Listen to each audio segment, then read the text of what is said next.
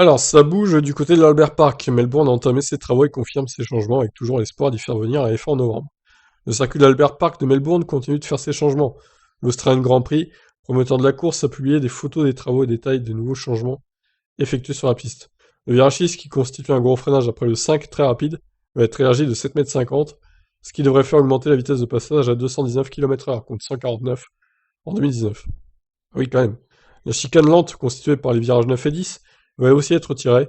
Il s'agira d'une longue ligne droite épousant la forme du lac au milieu de l'Albert Park. Selon le promoteur, cela deviendra la plus longue ligne droite du circuit et une possible nouvelle zone DRS.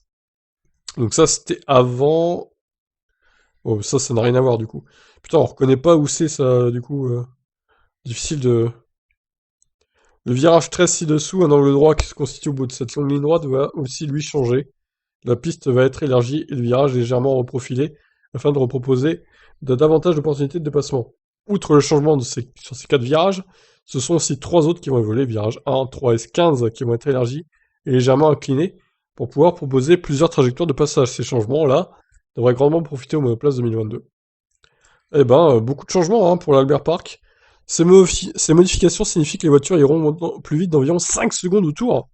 Ah oui, avec de nombreuses opportunités pour les pilotes de se battre lorsque le Grand Prix d'Australie sera de retour.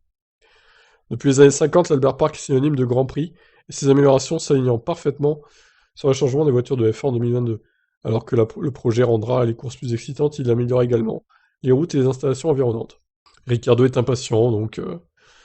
Bref, j'arrête là pour l'article. En gros, voilà les changements. En gros, ils vont pas tourner en 1.25, ils vont tourner plutôt en 1.20, quoi. D'ailleurs, c'était quoi la pole en 2019? Alors, résultat vainqueur, pole position. Ah oui, c'était déjà une 20. Ah oui, c'était le meilleur tour, une 25, et la pole en une 20. Ah ouais, donc ça va tourner en une 15 au qualif, quoi, voire une 14 peut-être. C'est incroyable.